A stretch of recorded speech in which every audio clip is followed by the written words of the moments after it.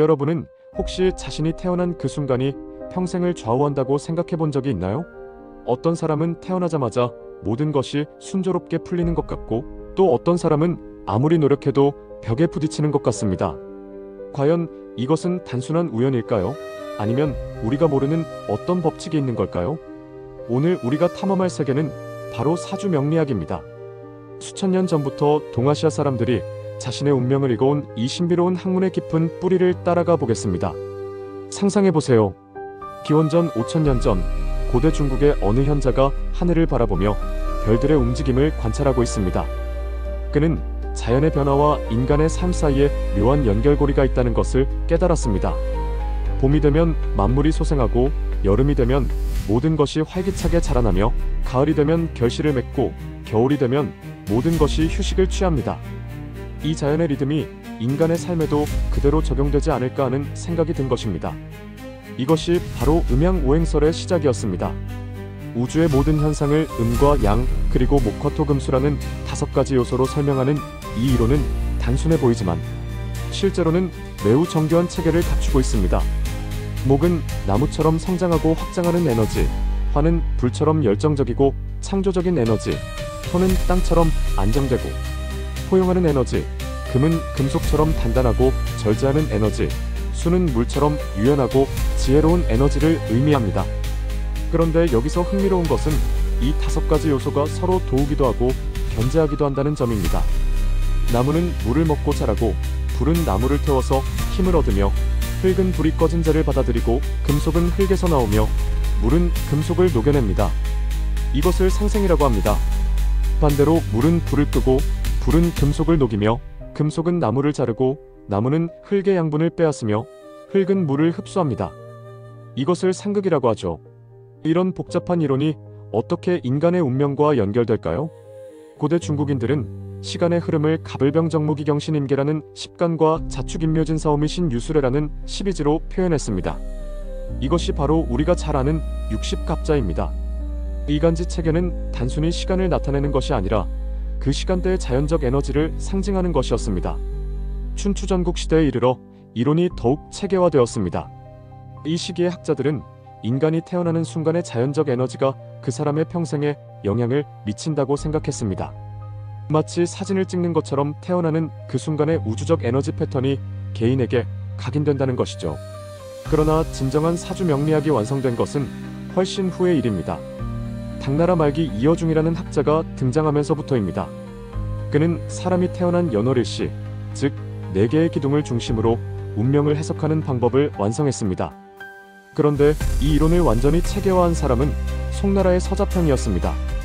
그의 이름을 따서 자평명리학이라고 부르게 된 것이죠. 서자평의 혁신적인 아이디어는 무엇이었을까요? 그는 사주팔자라는 8글자로 사람의 운명을 읽는 방법을 완성했습니다. 태어난 해, 달, 날, 시간을 각각 2글자로 표현하여 총 8글자로 만드는 것입니다. 예를 들어 갑자년 병인월 무술일 개해시에 태어났다면 갑자병인 무술개해가 바로 그 사람의 사주팔자가 되는 것입니다. 그런데 여기서 핵심은 이 8글자가 단순한 기호가 아니라는 점입니다. 각각의 글자는 특정한 오행과 음양의 성질을 가지고 있고, 이들 간의 상호작용이 그 사람의 성격과 운명을 결정한다고 본 것입니다. 마치 화학원소들이 결합해서 새로운 화합물을 만들어내듯이 사주의 8글자가 결합해서 그 사람만의 독특한 에너지 패턴을 만들어낸다는 것이죠. 이 학문이 우리나라에 전해진 것은 고려 말 조선 초의 일입니다. 조선시대에는 심지어 음양과라는 과거 제도까지 있어서 명리학을 공식적으로 가르쳤습니다. 그만큼 이 학문이 사회적으로 중요하게 여겨졌던 것이죠. 그렇다면 사주명리학의 근본 원리는 무엇일까요? 한마디로 말하면 자연의 순환과 리듬입니다. 우리는 자연의 일부이기 때문에 자연의 변화와 리듬에 영향을 받을 수밖에 없다는 것입니다.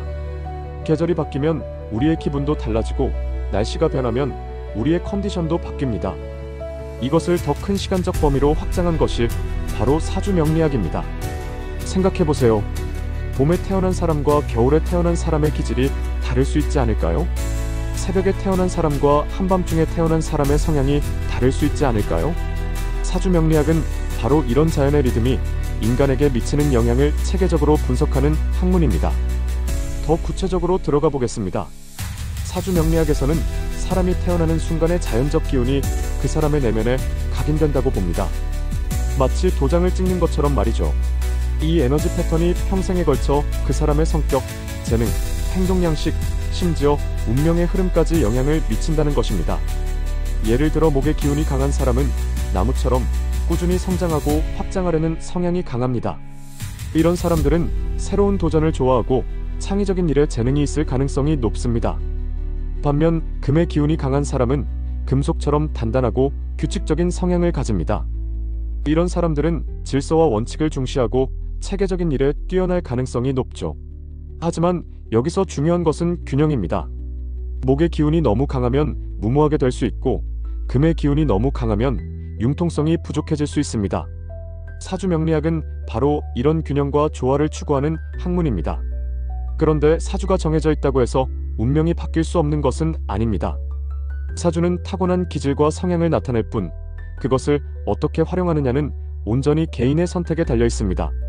마치 악기를 연주하는 것과 같습니다. 같은 피아노라도 연주자에 따라 전혀 다른 음악이 나오듯이 같은 사주라도 그 사람의 노력과 선택에 따라 전혀 다른 인생이 펼쳐질 수 있습니다. 또한 사주 명리학은 시간의 흐름에 따른 변화도 중요하게 봅니다. 대운이라고 해서 10년 단위로 바뀌는 운의 흐름이 있고 세운이라고 해서 매년 바뀌는 운의 흐름도 있습니다. 이는 자연이 끊임없이 변화하듯이 인간의 운명도 계속 변화한다는 것을 의미합니다. 이런 변화의 시기를 미리 알면 어떤 좋은 점이 있을까요? 마치 날씨 예보를 보고 우산을 준비하는 것처럼 운의 흐름을 알면 그에 맞춰 적절한 준비를 할 수 있습니다. 좋은 운이 오는 시기에는 적극적으로 도전하고 어려운 시기에는 인내하며 실력을 쌓는 전략을 세울 수 있는 것이죠. 하지만 여기서 한 가지 중요한 질문이 남습니다. 과연 사주 명리학은 얼마나 신뢰할 수 있을까요? 이것은 정말 까다로운 문제입니다. 한국에서는 국민의 70% 정도가 사주를 본 경험이 있을 정도로 널리 활용되고 있습니다. 실제로 많은 사람들이 사주를 통해 위안을 얻고 인생의 방향을 찾기도 합니다. 그러나 과학적 관점에서 보면 이야기가 달라집니다. 여러 연구 결과에 따르면 사주 명리학의 예측 적중률은 대략 2030% 정도로 나타납니다. 이는 동전 던지기와 크게 다르지 않은 수준입니다. 또한 같은 사주를 가진 사람이 여러 명리학자에게 상담을 받으면 서로 다른 해석을 듣는 경우가 많습니다. 그렇다면 사주 명리학은 완전히 무의미한 것일까요? 그렇지는 않습니다. 중요한 것은 어떤 관점으로 접근하느냐입니다. 사주를 절대적 진리나 피할 수 없는 운명으로 받아들이기보다는 자기 이해와 성찰의 도구로 활용하는 것이 바람직합니다. 실제로 현대 심리학에서도 사주 명리학과 비슷한 성격 유형 이론들이 많이 활용되고 있습니다. MBTI나 애니어그램 같은 성격 유형 분석도 결국은 자신을 더 잘 이해하고 다른 사람과의 관계를 개선하기 위한 도구입니다. 사주 명리학도 이와 같은 맥락에서 접근할 수 있습니다. 사주를 통해 자신의 타고난 성향과 기질을 파악하고 그것을 바탕으로 자신에게 맞는 진로나 생활 방식을 찾아가는 것입니다. 또한 자신의 약점을 보완하고 강점을 더욱 발전시키는 방향으로 활용할 수도 있습니다. 더 나아가 사주 명리학은 시간의 흐름과 변화에 대한 인식을 높여줍니다. 모든 것은 변하고 순환한다는 자연의 법칙을 받아들이면 어려운 시기에도 희망을 잃지 않고 좋은 시기에도 겸손함을 유지할 수 있습니다. 인간관계에서도 사주 명리학은 도움이 될 수 있습니다. 서로 다른 기질과 성향을 가진 사람들이 어떻게 조화를 이룰 수 있는지에 대한 통찰을 제공하기 때문입니다. 나와 다른 사람의 차이를 인정하고 존중하는 자세를 기를 수 있는 것이죠. 결국 사주 명리학의 진정한 가치는 미래를 정확히 예측하는 데 있는 것이 아니라 자신과 타인 그리고 자연의 리듬을 이해하는 지혜를 제공하는 데 있습니다. 이것은 수천 년 동안 동양 문화권에서 축적된 인간에 대한 통찰과 자연에 대한 관찰의 결과물입니다. 현대를 살아가는 우리에게 사주 명리학은 어떤 의미일까요? 빠르게 변하는 현대 사회에서 자신의 정체성을 찾고 인생의 방향을 설정하는 것은 쉽지 않은 일입니다. 이런 상황에서 사주 명리학은 하나의 나침반 역할을 할 수 있습니다. 물론 이 나침반이 항상 정확한 것은 아닙니다. 하지만 길을 잃었을 때 대략적인 방향이라도 알려주는 역할은 할 수 있습니다. 중요한 것은 이 나침반에만 의존하지 않고 자신의 경험과 판단, 그리고 현실적 조건들을 함께 고려하는 것입니다. 사주 명리학을 대하는 현명한 자세는 무엇일까요? 첫째, 맹신하지 않는 것입니다. 사주는 참고 자료일 뿐 절대적 진리가 아닙니다. 둘째, 운명론에 빠지지 않는 것입니다. 사주가 어떻게 나왔든 자신의 삶을 주도적으로 살아가는 것이 중요합니다. 셋째, 자기 성찰의 도구로 활용하는 것입니다. 사주를 통해 자신을 더 깊이 이해하고 성장의 계기로 삼는 것입니다. 마지막으로 사주 명리학이 우리에게 전해주는 가장 큰 메시지는 무엇일까요? 그것은 바로 자연과 인간의 조화입니다.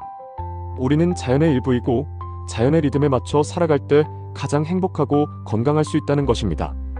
봄에는 새로운 계획을 세우고 여름에는 열정적으로 활동하며 가을에는 결실을 거두고 겨울에는 휴식을 취하며 다음을 준비하는 것처럼 우리의 인생도 이런 자연의 리듬을 따라갈 때 더욱 풍요로워집니다. 결국 사주 명리학은 점술이 아니라 철학입니다. 인간과 자연, 시간과 공간, 개인과 사회의 관계에 대한 깊은 성찰이 담긴 지혜의 체계입니다. 이 지혜를 현대적으로 해석하고 활용한다면 우리의 삶을 더욱 풍성하고 의미 있게 만들 수 있을 것입니다.